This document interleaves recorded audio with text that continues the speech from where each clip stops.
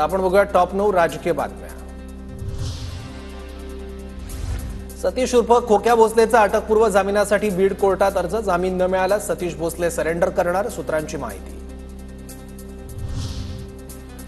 धनंजय मुंडे आणि कराडवर 307 सारखा गंभीर गुन्हा दाखल, अंजली दमानी यांचा आरोप। मुंडेंनंतर टोळी कराड चालवू लागला, मुंडेंनी सहारोपी होणं गरजेचं, दमानी यांचं वक्तव्य।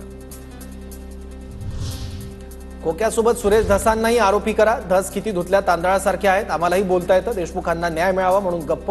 धनंजय मुंडेंचे भाऊ अजय मुंडेंची टीका, धनंजय मुंडेंवरील सुरेश धस यांचे आरोप बिनबुडाचे, अजय मुंडेंची प्रतिक्रिया। आज सुरेश धस किती धुतल्या तांदळाचे आहे ते दिसतंयच आपल्याला, कारण त्यांचा खोक्या आज बाहेर पडलेला आहे आणि या खोक्याचा आका कोण आहे, कारण ते स्वतःच म्हणतात की हा तो एक साधा कार्यकर्ता आहे।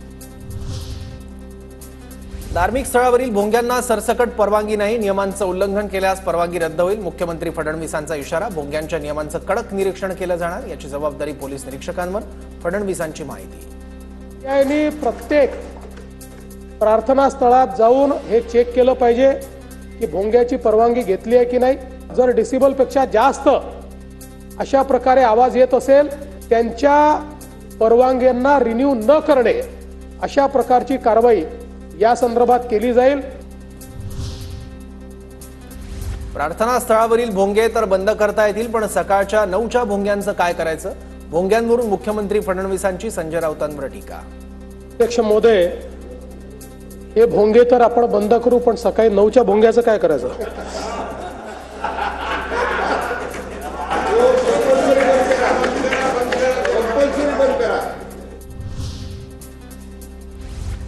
अबू आझमींना सेशन्स कोर्टाचा दिलासा, अटकपूर्व जामीन अर्ज कोर्टाकडून मंजूर।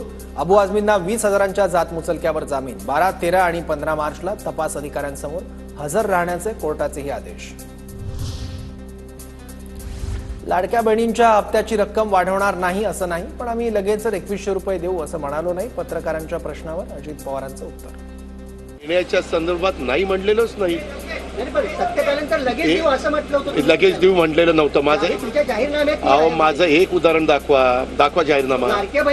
मला एकच मिनिट, मला वाद घालू नका, मला जाहीरनामा दाखवा। अर्थसंकल्पात भाजपच्या मंत्र्यांच्या विभागाला सर्वाधिक निधी, अजित पवार गट दुसऱ्या आणि शिंदे गट तिसऱ्या नंबरवर।